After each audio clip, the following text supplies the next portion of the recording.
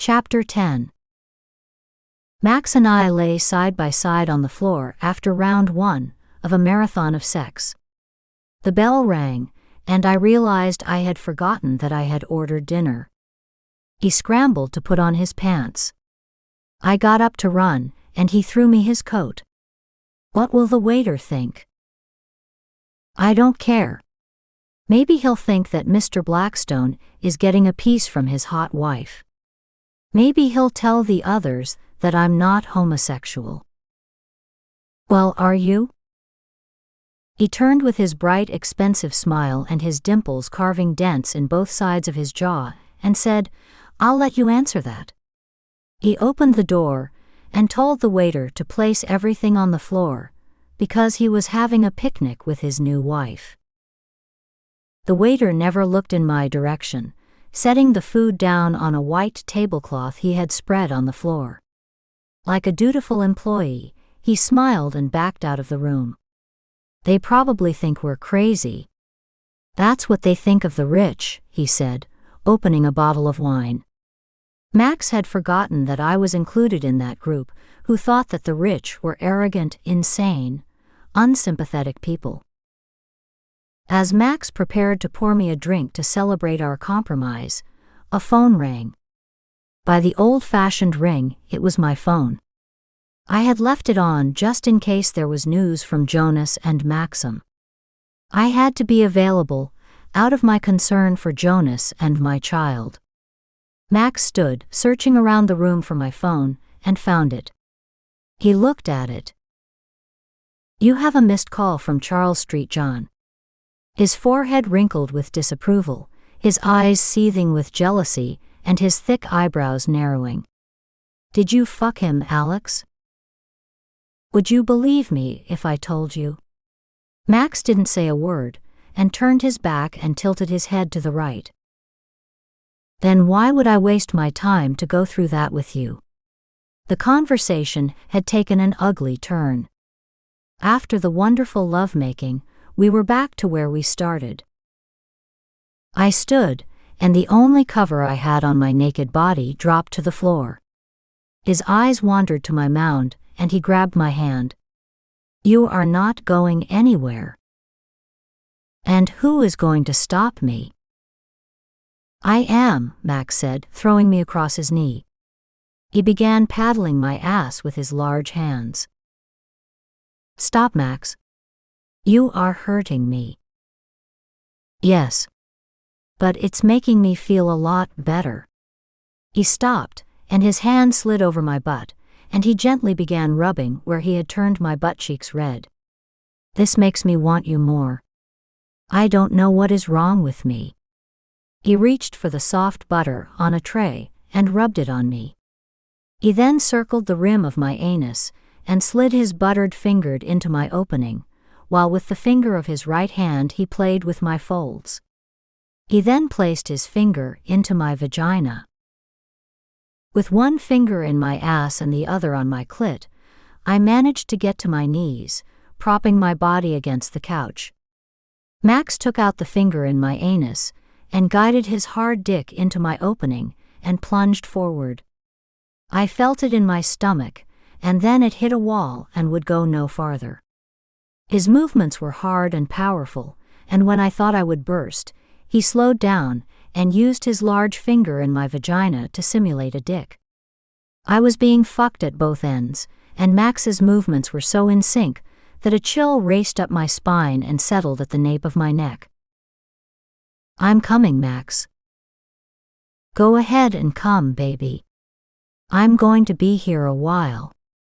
I want to make love to you so anyone that comes after me knows that I have been here. No one has ever made love to me but you, Max." "Please say that again." His movements became wild and erratic. He pushed into me, harder than he had ever. "No one has ever fucked me, Max. Only you." His head fell back, and my head rested on his chest as he continued his drilling into my anus. His heart beat quickly, and he exhaled and grabbed my hips with both hands and brought me into him. Then he let out a cry of satisfaction, and I felt his cum and his dick ease from my body. The invasion of that part of my body had lasted long enough that a part of me had disappeared. But I found what was left of me, which was exciting and sexual. The intensity of the lovemaking was like exercising an alien entity. I was exhausted, breathless, and weak. Max picked me up in his large arms and brought me to the shower. "Are you okay?" "I'm doing fine." He washed my body with such care. I was seeing a different man. I saw a man who could change. I saw a man who showed his feelings. I saw a man who cared, but whether he would change or not, I would have to take a chance on him. After our shower, we ate. Max laid me down in his bed and climbed in with me. We lay entwined in each other's arms, asleep. Max slept that night. I think he had not slept since Jonas was arrested. I woke, and Max wasn't lying in the bed. All my fears began to revisit me. I had fallen for the lie after I had convinced myself that he had changed. The only one that had changed was me. I searched around for the damn notes that he was notorious for, but I couldn't find one. Then I smelled coffee and eggs and bacon. I looked up, and standing in the door was Max with a tray. Sitting up, I rubbed my eyes and passed my hand over my hair. I must have looked a sight. I had been sleeping hard. Rubbing my hand across my mouth, I felt a piece of my hair and the indention it had made in my cheek. "You are so beautiful," Max said, looking at me as if I were a painting by Monet hanging on his wall. I guess when a woman feels loved, she is beautiful, but that was hardly how I felt. I was hungry, and my breasts and feet were swollen like a Botero sculpture. Can you believe that the first job I had was working in my foster parents' restaurants? I started as a busboy and made my way up to a waiter. Every summer during my college years, I could count on that job. I was good at it. I learned about the restaurant and hotel business. He placed the tray across my lap. "Good morning, sleepyhead." Then he leaned forward and kissed me on my cheek. "Max, you didn't have to do this." I sat straight up, and before my words could drop, I had a piece of toast dangling from my mouth. "I know, but I wanted to. I want you to see that we can have a good life together, and I will take care of you. If you marry me, I'm going to sell some of my business ventures." I looked up with raised eyebrows. "Especially the hotels in Las Vegas," he said. "We can raise our son together. Go to Little League, soccer, or football games. Do something besides roam the world, looking to build more hotels and never enjoying the money I've made. I want to take you to Paris. It's not fun if I can't give you something. What's the purpose?" I realized how unhappy Max had been. I wanted to make him happy, but I needed answers that he refused to give me. Max sat on the bed. I fixed my tea and took a sip. "Max, what are you going to do about Jonas?" "Until the truth is uncovered, there isn't much I can do. He can't do time, he's mentally unstable. Now he's worried about Crystal leaving him for Joshua."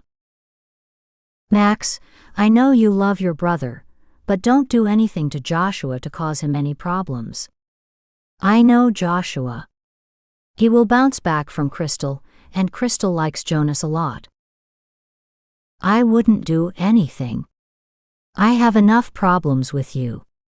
We glanced at each other, and he took my hair and placed it behind my ear.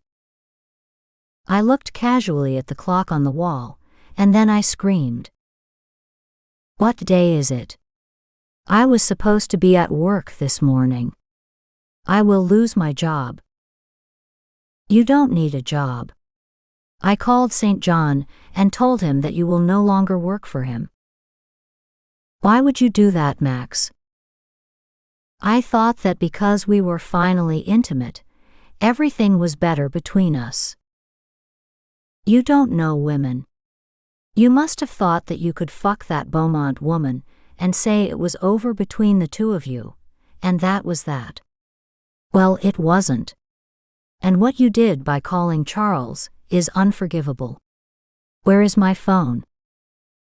Alex, if you call St. John and don't marry me now, then it's over. Did he just say that? Am I supposed to beg him not to leave me? Just like that, after he has fucked me all night? I can't believe what I'm hearing. If it's not his way, it's the highway? Weren't those supposed to be my words? Clearly, someone has gotten full of himself. He wasn't acting that way until I told him I have never had another man, and will never have another man but him. That's what I get for confessing. I grimaced at Max and retrieved my smartphone. Max stood watching me as I hit a button, and then Charles came on the line. Charles. I glanced at Max, standing and waiting, daring me to continue. I want you to disregard what Max said. I'm not quitting my job, and I am not marrying Max. Max was silent, and his eyes were glazed over as if he couldn't see me. He walked out of the room, into the next. I placed the tray on the table with the breakfast Max had cooked for me. I tried to get up, but I was too weak. Oh, how I wished it was yesterday, and I could go back. I pulled the covers up to my chest and closed my eyes. I heard Max talking, and somehow I fell back to sleep. When I woke, I felt someone staring down at me. I'm leaving now, Alex. Stay as long as you want. Hell, I'll give you this apartment. I don't want anything from you but my son. He comes with the father. Take it or leave it. That's your compromise? I don't compromise. That's a threat, I said. Absolutely. And Max walked away from me, leaving me in his bed. I scrambled to get to my feet. I wasn't going to let him have the last word, but I was too late. He had gone. Where? I didn't know. I never knew. Would I know where he was if I were his wife?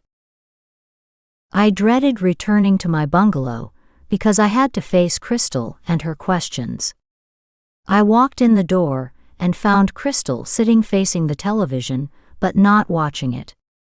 Her cheeks were red and her eyes swollen. Where have you been, Alex? I called everywhere looking for you. I saw St. John yesterday at his restaurant, and he asked about you. No one could find you. I was with Max. You said. I know what I said. It's been a long day. I threw my things down in the dining area and lumbered to my room. Crystal followed me into the room, waiting for answers. I started to undress, and when she could no longer wait for me to respond to her, she questioned me. What is happening to Jonas? Did Blackstone get him out of jail? I don't think Jonas can get bond because he's a flight risk. She put her head in her hand and sank into a chair near my bed. Max has too much money, and the judge knows he would do anything for his brother. I need him out of jail, Crystal said, flailing her arms. I'm sure he doesn't want to be there, Crystal. You need to calm down and have some patience. Here I was, giving advice to her when I never took anyone's advice. Do you think he could have done such a thing to that woman, Alex? Not Jonas, I mean Max, Crystal stated. I grimaced. He has a dark nature, Crystal said, trying to convince me of Max's guilt. No. No, neither one is capable of doing that, Crystal. Max will take care of everything. If he did it, he might want to frame Jonas. Stop it, Crystal. Nothing is going to happen to Jonas, and blaming Max is not helping the situation.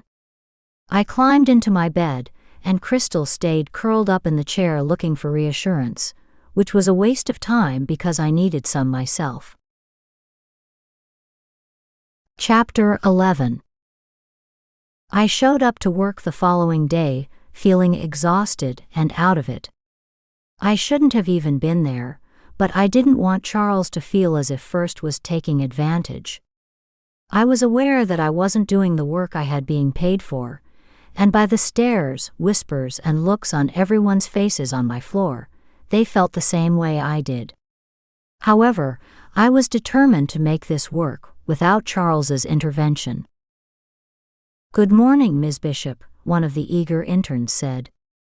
By the smirk plastered on his face, he was used to kissing ass and knowing secrets. His eyes and raised eyebrows said it all. "You can't fool me. You got your job by fucking the big boss, and you will be moving up soon, and I will have your job." As he passed, nodding in my direction, I received a call. The voice was professional and warm. "Ms. Bishop, can you come to my office at this time?"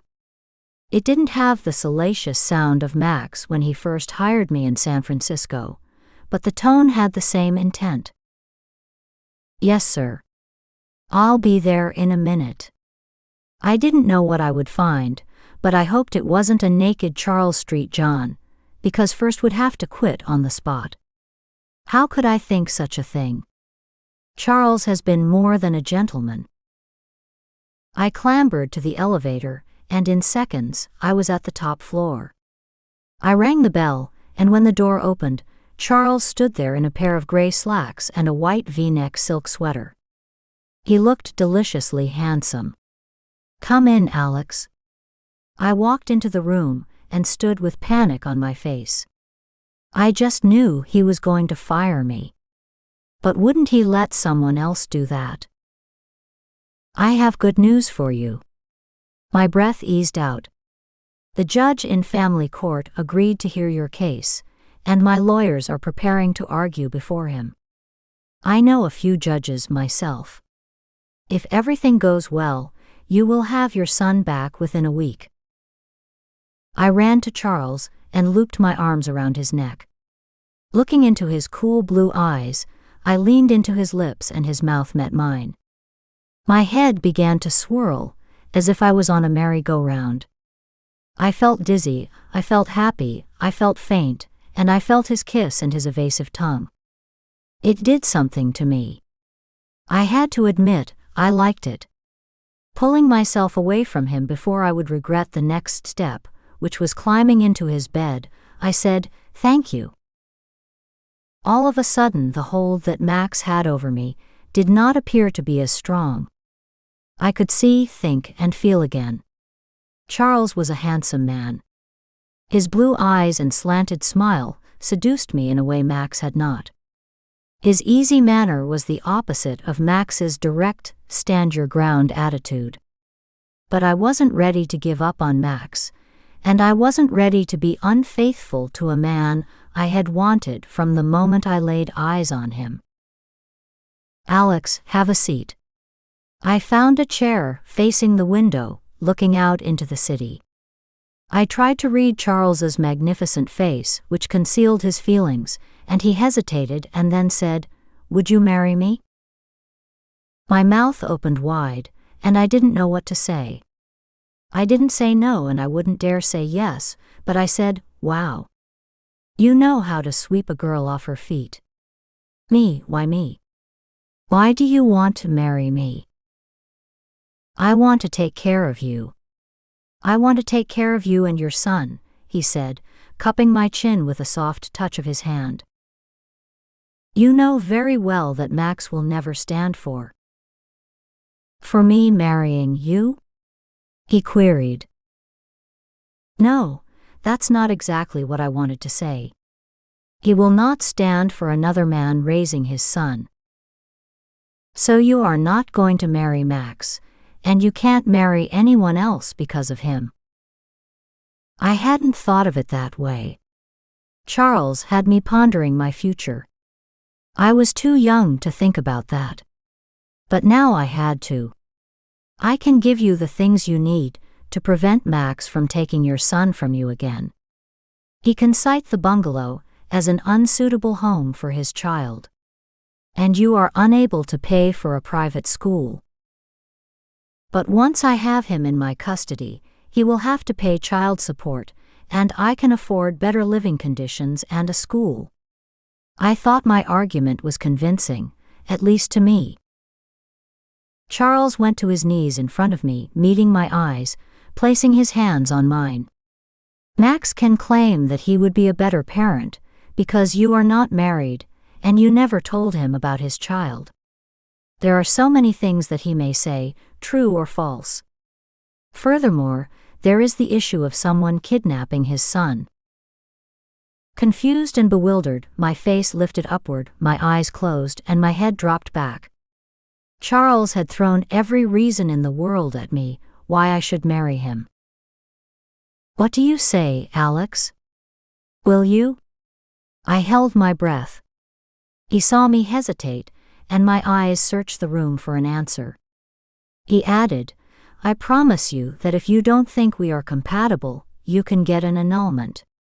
I will pay you enough money that you won't have to worry about Maximilian Blackstone unless you want to. I will you do one better. I will let you have access to my lawyers for an annulment or divorce if it doesn't work out, and I will put everything in writing. Give me time to think about this. It's too much, I said, shaking my head. I'm taking the day off. Take a ride with me to the beach. I don't know if I can. He grabbed my hands and pulled me to my feet. My car is downstairs, and I feel as if I'm 20 again. His smile lit up my heart and made me feel safe and secure. I agreed. We took an elevator reserved for Charles. I was happy to sneak past all the people looking to gossip about me, especially the mole Max had planted in Charles's bank. He placed his hand behind my waist and led me through the doors. When I stepped out, there was an expensive silver sports car waiting with an attendant opening the door. Charles opened my door, and someone rushed up and took our picture. That's what happens when I drive instead of taking my limo. I thought nothing of it, and sat and swiveled my legs around, planting them in the car on its lush floor mats. He walked around and sat under the wheel. Looking to him, I asked, what kind of car is this? A Maserati Quattro Port. Oh. Okay. I giggled a little. It must have been the nervous laugh that gave me away. Glancing my way with a smile, Charles knew first had never seen one before. Max is a collector. Why hasn't he taken you for a ride in it?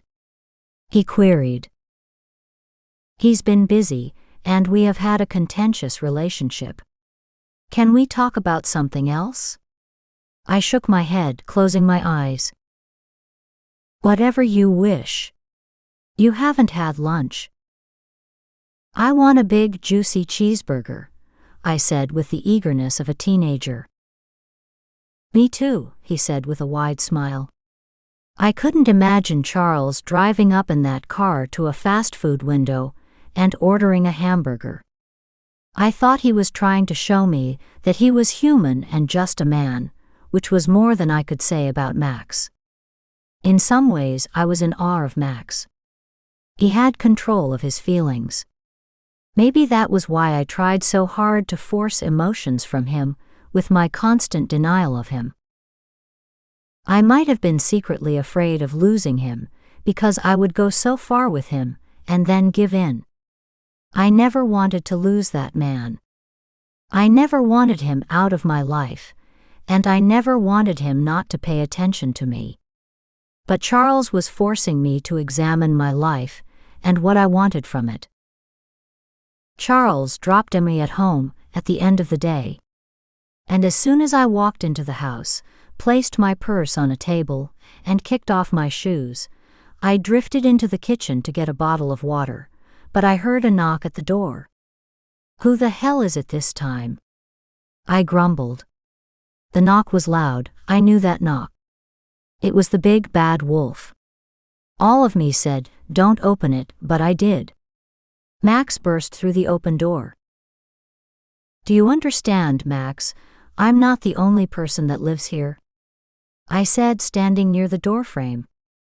"What are you doing here? Please leave." "What is wrong with you, Alex? What is going on with you? I leave you for a moment and you are fucking St. John." "Leave, Max. We have been through this 1,000 times. I don't think we have any more to say to each other." Max turned on his heel, not expecting me to send him on his way, and then he swung around. He had more to say, and I was not going to dismiss him. "I can't leave. What is it you want from me?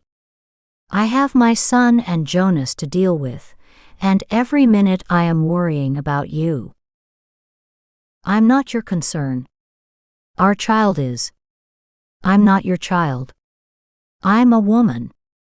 Not that girl you screw when you can't sleep. I have my wants and desires.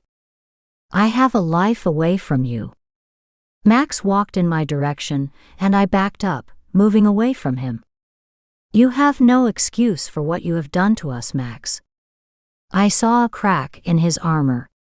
His eyes telegraphed his concern, and sadness blanketed them. "You have taken my child from me. I knew you were a lot of things, but I never knew you would be ruthless and cold with me." "I'm trying to change, Alex. It's not enough that I love you and want you with me and our son," he questioned. "No, it's not enough. I have to be able to make my own decisions and not have you manipulate a situation to gain control of me." Max acted as if I had been talking to the wall. His eyes wandered around the room and settled on my lips and then my breasts. "Are you fucking him? Tell me, Alex." He came close to me with fiery eyes. "Did you fuck that Beaumont woman?" I said to counter. His eyes calmed. "That was a long time ago. She's acting as if it was just yesterday. I'm handling the matter." "I've heard that before." I closed my eyes and shook my head. Max understood my body language. "Max, Charles asked me to marry him and I'm considering it. He's using you to hurt me. He knows that I'm weighed down with Jonas, and now he realizes that Jonas was part of the strategy to take business from him. He wants you and my son. He's trying to destroy me." I looked at Max in disbelief. "You are creating something that doesn't exist. What are you talking about?" "His dead wife, she is the mirror image of you when she was your age. She died without having children for him, and he's trying to replace her with you and my son. Can't you see that?" He held my wrist. I pulled away from him. "He's not genuine. He wants to make you into the image of his dead wife." I stepped back. "That is ridiculous," I said, raising my voice higher than normal. "I can't see anything other than you wanting to disrupt my life, and I don't want to deal with you now." Max turned and walked away. I couldn't read his expression. My heart pounded out of control, and I had to brace myself on the doorframe. I was afraid that he would never come back. I closed the door behind me, and when I looked through the window, I saw Max leaving and Blake driving up and parking. Waiting at the door until Blake walked to the porch, I was out of breath. He rushed up the steps. "Are you all right, Alex? I saw Max through your window, but I couldn't get here in time." "It was nothing, Blake. Max wouldn't hurt me." "What's wrong, Alex?" "I don't know what to do. I'm caught between two billionaires. Blake brought me into his arms and held me for a few. "Do you want some coffee?" Blake nodded yes, and I asked him in. Crystal appeared in the doorway to her room. "I didn't know you were here, Crystal." "I just talked to Jonas, and he's having a terrible time in jail. He can't stand the confinement. And Max hasn't been there to see him. Please ask Max to do something." I held Crystal until she felt better. She disappeared into her room and closed the door. I glanced at Blake. He watched as I prepared the coffee maker. It only brewed 1 cup at a time. I brought it to him, and he sat quietly looking down into the cup. "Can you do something to help, Blake? Do you think Jonas killed that girl?" "I can't discuss the case, and no, I don't think he did it. Please don't say Max killed her. I couldn't handle it," I thought. "All I can tell you is that it will all be over soon, Alex." As I left to get my coffee, my smartphone setting on the dining table rang. "Hello, Alex?" "Yes, speaking." "Don't you recognize my voice? It's Josh." "Oh my God, Josh. Where are you?" "I'm in Seattle. I flew in last night." "Josh, I've missed you so much." I almost forgot about Blake until he stood and waved at me and gestured for me to continue talking on the phone. He mouthed that he would keep in touch. I blew him a kiss, and he caught it and put it next to his heart. Blake let himself out and got into his Dodge truck and left as Josh rambled on about how he missed me and Crystal. "How about if I drive over and take my favorite girls out to dinner?" "I don't know if that's a good idea. Crystal has been going through something lately." "She's not pregnant, is she?" "Why would that cross your mind?" "I wouldn't mind being a father." "Oh please, Josh, let's not talk about that now." "When? Where is Crystal, and why hasn't she answered my calls?" A long silence came between us. "I'll see you tonight at your apartment," I said, hurrying him off the phone. "Make sure you bring Crystal here, because there is something I need to tell her. She has a job, you know. I can't guarantee anything." We said goodbye, and I knocked on Crystal's door. "Come in." Crystal lay draped across her bed. The room was a mess, dirty clothes thrown across chairs and on the floor surrounding the bed. Day-old Chinese takeout and drinks on trays had the room smelling like a dead rat. "How can you sleep in here like that?" "I'm depressed." "Have you gone to work?" "No, I called in sick for a few days." "You have to get yourself together, because Josh is here." "Here." Her eyes widened, and she stuck her head under the covers. "Tell him to go away." "He's not here, he's at his apartment in Seattle." "Good. I can't see him now. I can't see anyone. I miss Jonas and he needs me. Josh doesn't need me. I love Jonas." I couldn't believe that Crystal would fall for a misfit like Jonas. But then, looking at the guys she had dated, Jonas and Joshua were the best of the bunch, and Joshua was far better than anything she had found. After Crystal cried and convinced me that Josh was better off without her, I was sold on the idea. But she left me to break the news to Josh. Excited to see my friend, I dressed and drove to Max's hotel, where Josh had an apartment on the 33rd floor.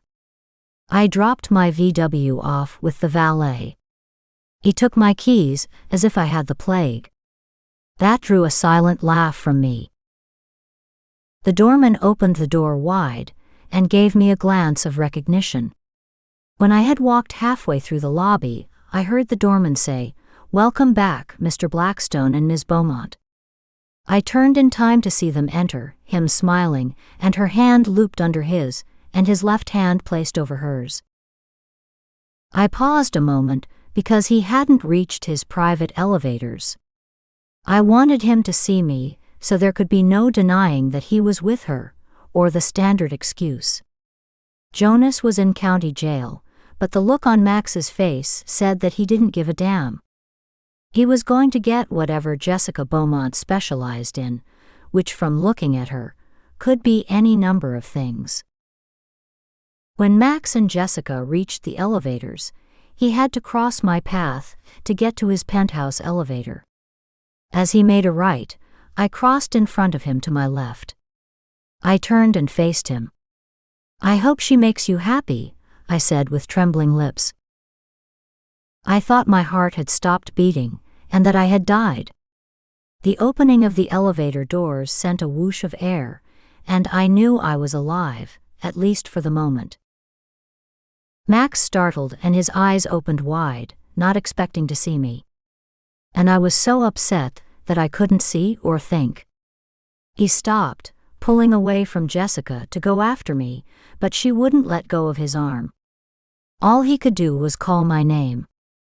"Alex. Alex." I ran into the elevator, and the door closed behind me. My hand never stopped ringing Josh's bell. I needed someplace to run and hide. I wanted to forget what I had seen, but there were too many visuals to process. I couldn't buy a smile from Max, but he was giving it away to that bitch. "Whoa. What's going on, Alex?" When Josh opened the door, I grabbed him and threw myself into his arms. "I love you too, Alex." "Oh, Josh, I just saw Max with Jessica Beaumont." Josh raised an eyebrow. "The one he took to the fundraiser." He shook his head, acknowledging who I referred to. I dropped onto his couch. Josh rushed to open a bottle of wine. He poured me a glass. "Here. Take this." I reached for the glass and swallowed a large gulp. The wine began working. It was doing what I hoped it would, make me drunk. I confessed all my sins. I told Josh about Charles and Max. I told him how Max had been pressuring me to marry him, and that if I didn't, he would never let me have my son. I told Josh about the marriage proposal from Charles, and that first was considering his proposal, at which point Joshua stared at me and then blinked and sighed. "I can't believe that you would even consider marrying St. John. You are half his age, and he is still mourning his dead wife. Whenever I've been in his presence, he pulls out a picture of her and shows it all around. And he tells everyone that she was the most beautiful woman he has ever met. Do you want to marry a man like that?" Now you sound like Max. Are you now over in public relations, or are you a goodwill ambassador for Blackstone? I'm just stating the facts, Alex. I squirmed in my seat and polished off another glass of wine.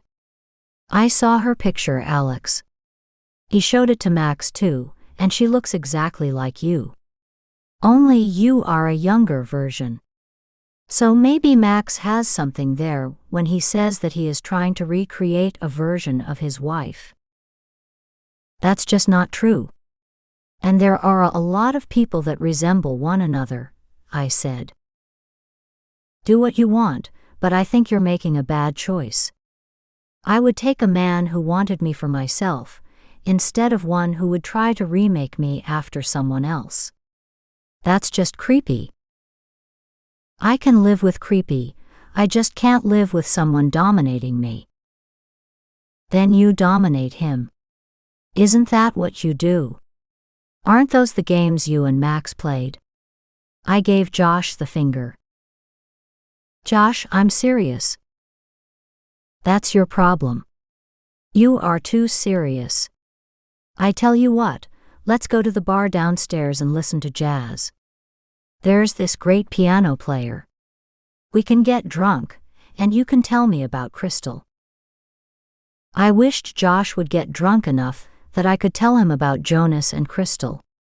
I agreed, because I didn't want to be confined in a room with Josh and have to think about what Max was doing with Jessica. We headed downstairs. Getting off the elevator, we slid to the right and into a cozy room where soft music was playing. We sat at a booth and ordered scotch and water for Josh, and a glass of red wine for me. We could see into the lobby because of the glass facade, and when the waiter placed the bottle of wine on the table, I looked up and saw Max and Jessica, all smiles, heading for the door. He had his limo waiting for them. He even opened the door for her. That should be me, I thought. I nudged Josh, and he looked up and glanced at the two. They look pretty cozy, Alex. Are you sure you want to let her have him? You were made for each other. You look good together. You understand each other, and your sex habits are compatible. By that time I was drunk. What do you know about my sexual habits? Joshua snapped his fingers. Remember me? I'm the guy that went through all this shit with you. Oh yeah, my friend Josh. I looped my arm around his neck. Josh, you are too good for Crystal. What do you mean? You haven't said a word about her all night. There is something you need to know, I said, not realizing that I should let Crystal break the news herself. Let me speak, Alex. Josh put his finger up to stop me from rambling on. I need you to tell Crystal that I have found someone else, and that I didn't mean to hurt her. My eyes widened. Did I hear you correctly? Yes, and I need you to tell her. I don't want to see her cry. Trust me, there won't be any tears, and I will be happy to break the news to her. Josh kissed my cheek, and we kept on with the business of getting drunk. We had to hold each other up as we climbed into the elevator taking us to Josh's room. I explained all the things that had happened since he had been in Hong Kong. I talked about Jonas's arrest, and Josh didn't seem surprised. I couldn't bring myself to tell him about Crystal and Jonas. He was happy now that he thought he had broken a woman's heart, and to tell him that Crystal had fucked Jonas before Josh set down in Hong Kong would have burst his last balloon and taken away his stud credit. We woke the next morning with headaches. I lay across Joshua's bed, and he sprawled on the floor wrapped in a blanket his grandmother had given him. The sun peeking in through the sheer curtains woke me. Otherwise, I would have been in a sleepy, drunken daze. I walked to the bathroom, stepping over Josh, careful not to wake him. After a long flight, he needed to sleep, even if it was on the floor. Rummaging through his closet, I found a flannel shirt and pajama pants. I took them to change into after my shower. Turning on the shower, I stood there letting the water bathe me and wash the scent of alcohol from all my pores. Stepping out, I pulled up the pajama pants and put on the shirt. I threw my dress into a bag and padded into the kitchen for coffee and some sort of bread. After putting on the coffee, I walked to the door to get the paper. I wondered what kind of news would be printed about Jonas. After reaching down and taking the paper, I opened it to the front page. I felt stunned, confused, and crazed. Out of my mind described my emotions. The headlines read, Maximilian Blackstone, the billionaire industrialist, will wed socialite Jessica Beaumont in Las Vegas. When I gained my senses, I noticed a package placed at the door. I picked it up and looked at it. It was a box wrapped in beautiful floral paper, and it had a note attached. I opened the envelope and it read, "You will probably need these items today. You never let me give you anything. Maybe you will now. Your Dom, Max." I wanted to take the package and throw it into the garbage, but my curiosity needed to be satisfied. I opened it and found a box of underwear and bras. Although I needed a change, I was pissed. I reached for my smartphone and began texting. Fuck you, Max. Fuck you. Fuck you. Alex. Tell me when and where and I'll be there. Max. You will never get another chance, you dick. Alex. Never is a long time. You have such a potty mouth for such a pretty woman. Max. Since you are marrying Jessica, why don't we make it a double wedding? I'm going to accept Charles's proposal. You don't understand, Alex. I have a reason for this. You have no reason to marry St. John, but to hurt me. Don't do it. I know a reason, you sex maniac. Maybe I'm one, but I'm worse. Max. I couldn't take it any longer. I knew I was on the precipice. I was one step from submitting to him and accepting anything he threw my way. I came to my senses, and realization took hold. I was playing Max's game, and he had just dealt an unforgivable blow. Reading about his upcoming marriage to Jessica had caused me to be weak, or maybe I didn't understand how horrific it was for him when I told him that I might marry Charles. He was winning this game, but I wasn't ready to submit to him.